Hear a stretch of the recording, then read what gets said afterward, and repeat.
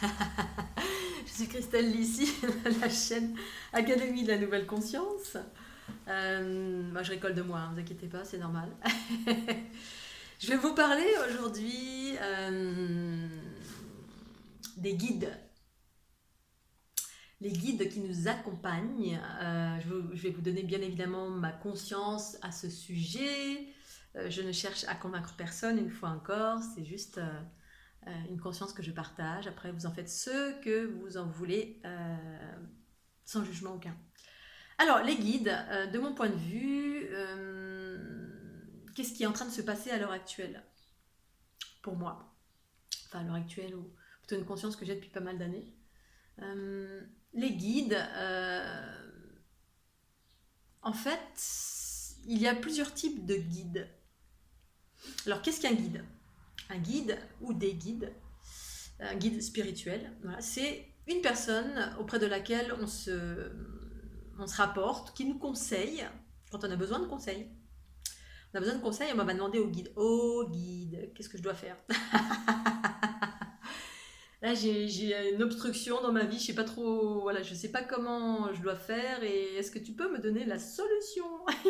Donc, c'est une personne envers laquelle on se positionne pour pouvoir obtenir une réponse. Parce que je ne sais pas. Donc, c'est un peu comme on demande à papa et maman un conseil quand on ne sait pas faire une chose. Papa, je sais pas comment on fait ça. Maman, je sais pas comment ça, tu peux me dire.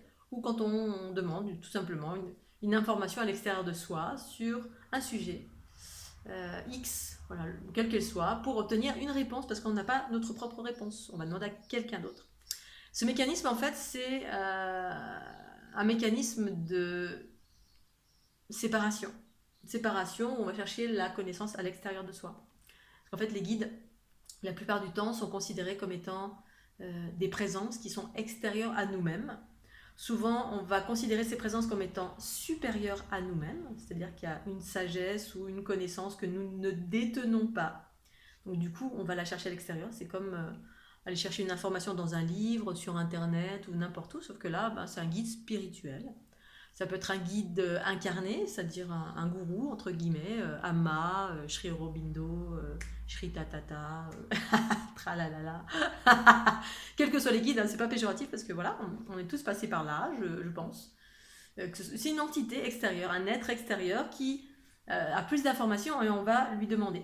Et c'est parfaitement juste parce qu'en fait, on a évolué en fait de l'origine de l'humanité jusqu'à maintenant dans des mécanismes patriarcaux qui correspondent à une ère d'enfants. Les enfants, tant qu'ils ne sont pas grands, ils demandent la connaissance à l'extérieur. Ils vont chercher la connaissance à l'extérieur parce qu'on ne détient pas nos propres réponses, on n'a pas confiance en nous, etc. Bref, il y a une multitude de mécanismes qui font que on n'est pas connecté à notre connaissance universelle, propre, qui fait que du coup, à un moment donné, les guides disparaissent, ce qui a été mon cas. Alors, en ce qui me concerne, tous les guides que j'ai pu avoir, en fait, à un moment donné, certains guides, je me suis rendu compte que c'était des guides qui étaient dans l'astral, des zones astrales. Pour autant, ils détiennent une connaissance, c'est une connaissance limitée, évidemment. On a tous une limite. La limite, c'est la limite de la conscience, c'est-à-dire c'est comme des différents mondes.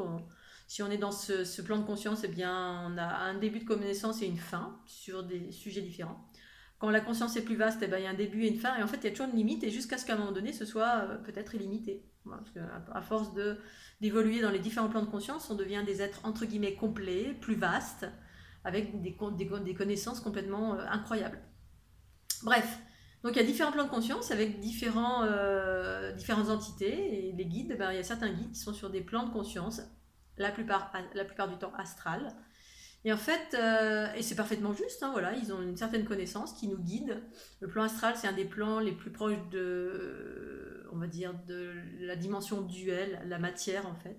Donc avec des mécanismes qui ressemblent, qui sont assez proches de l'humanité, en termes de dualité, où il y a encore des choses, voilà, qui ressemblent à comment on fonctionne sur la planète dans la densité.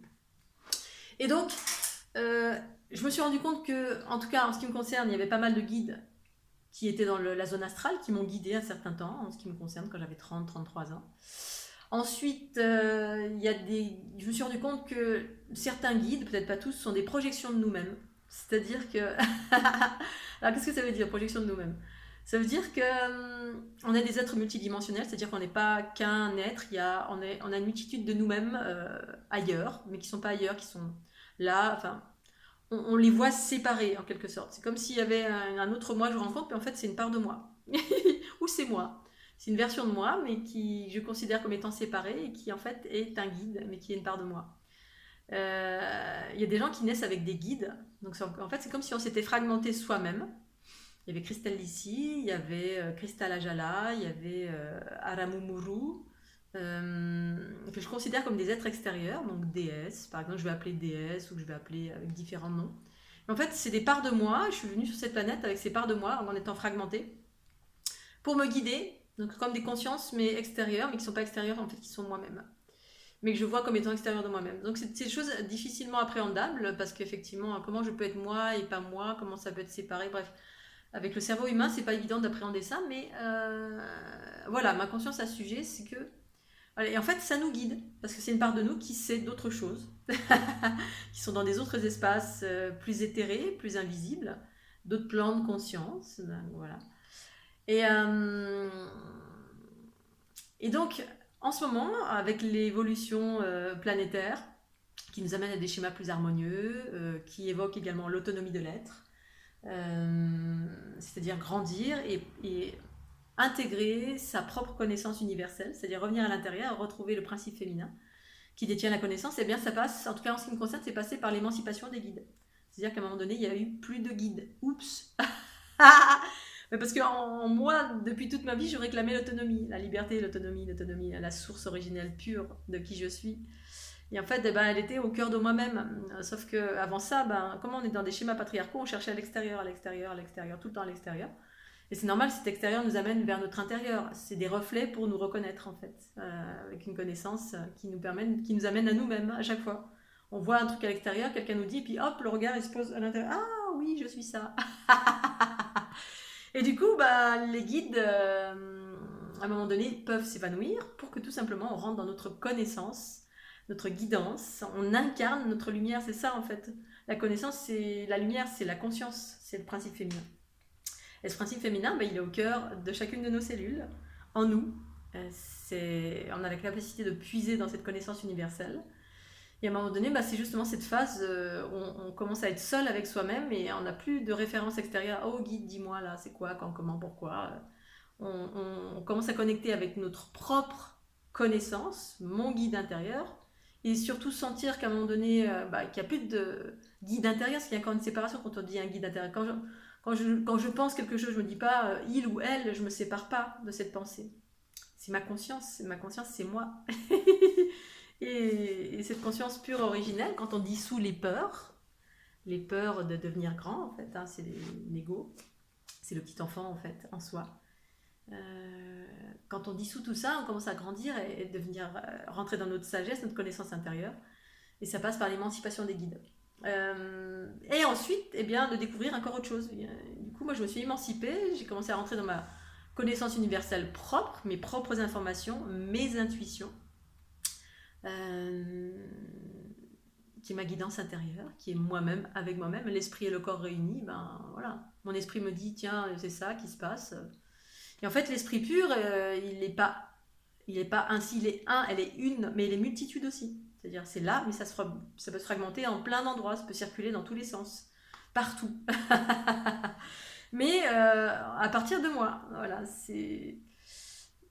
Voilà, et ensuite, l'intérieur et l'extérieur ensuite s'équilibrent et les deux peuvent interagir. C'est-à-dire, il peut y avoir effectivement s'interconnecter avec des guides extérieurs, mais qui sont des fragments de moi.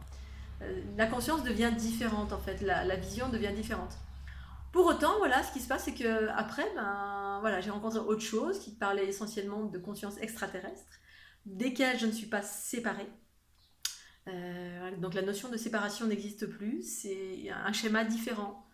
C'est séparé, mais pas séparé en fait. C'est comme une conscience de groupe, en quelque sorte. Ensuite, il y a les schémas, les fondations de la vie, qui sont en moi et qui sont autour de moi. Donc l'intérieur et l'extérieur ne font plus qu'un. Donc c'est une évolution, en tout cas la mienne, qui peut-être va parler à certains ou pas, qui permet d'ouvrir des potentiels, qui permet d'aller vers plus d'harmonie, d'équilibre, de joie, de gratitude, d'abondance, vers sa mission de vie, ce qu'on a à faire, de s'émanciper des schémas enfermants, quels qu'ils soient, à l'intérieur, à l'extérieur.